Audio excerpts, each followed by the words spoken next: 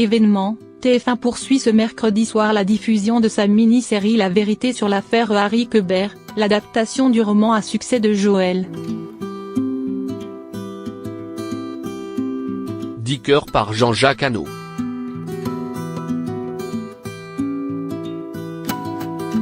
Vous hésitez encore à regarder?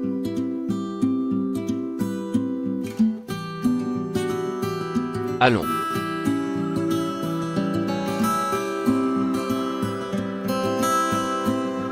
Un roman culte, un écrivain torturé, un cadavre dans le jardin, des souvenirs en pagaille et des secrets qu'on croyait enfermés à jamais. TF1 a lancé mercredi dernier la diffusion de La vérité sur l'affaire Harry Quebert, une mini-série inspirée du roman policier de l'écrivain suisse Joël Dicker, paru en 2012. Derrière la caméra, le vétéran français Jean-Jacques Hano. Devant, le comédien américain Patrick Dempsey. Si vous avez raté les 2 premiers épisodes, LCI vous explique pourquoi il s'agit bien de l'événement attendu.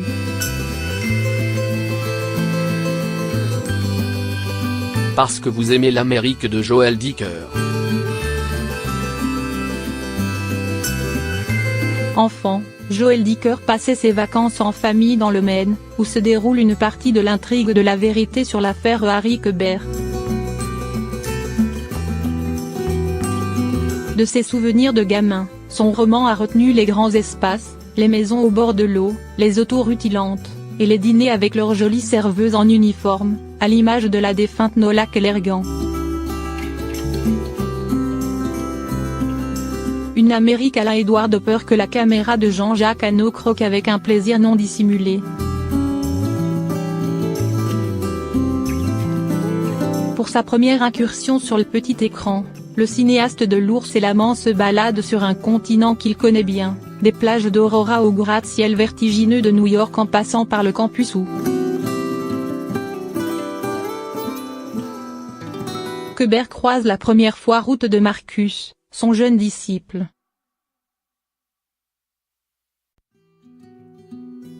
Hyper visuel, sa série a un petit côté carte postale plutôt savoureux.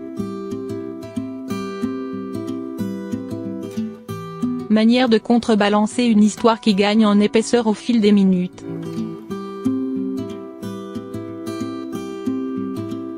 Parce que vous adorez les intrigues policières complexes. Si vous faites partie des 5 millions de lecteurs de La vérité sur l'affaire Harry Quebert, vous vous souvenez sans doute que Joël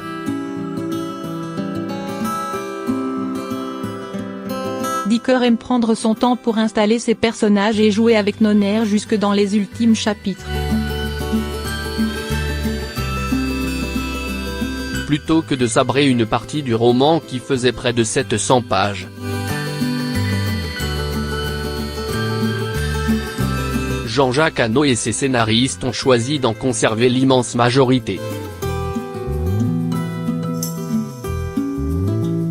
D'où une adaptation en 10 épisodes qui durent presque 1 heure chacun.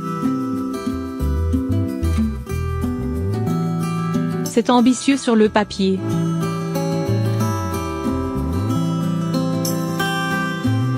Mais les 2 premiers épisodes diffusés la semaine dernière avançaient à un rythme effréné, multipliant les allers et retours entre le passé et le présent, la ville et la campagne.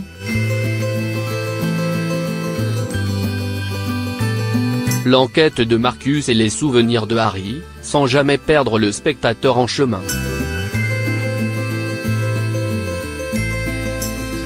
Qui a dit addictif?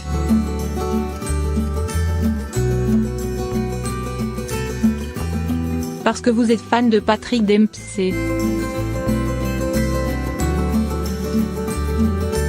Depuis le 26 mars 2015, date de la mort à l'écran du Derek Shepherd dans Grey's Anatomy, il y avait comme une vide dans la vie des fans de Patrick Dempsey.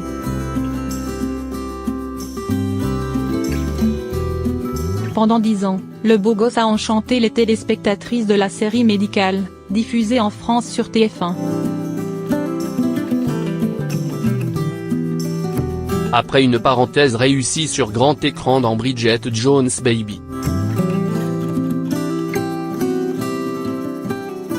Il fait son retour à la télé avec l'un des rôles les plus ambitieux de sa carrière.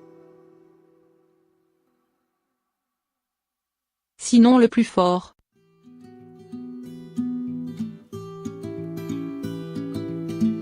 De 1975 à 2008, de sa rencontre irréelle avec Nola sous une pluie d'été à la découverte du cadavre de la jeune fille, dans le jardin de sa propriété de rêve.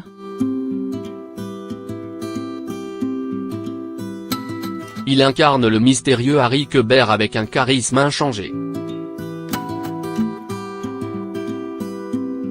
La cinquantaine passée, Patrick Dempsey confère au personnage de Joel Dicker une touche de gravité, de mélancolie aussi. Irrésistible.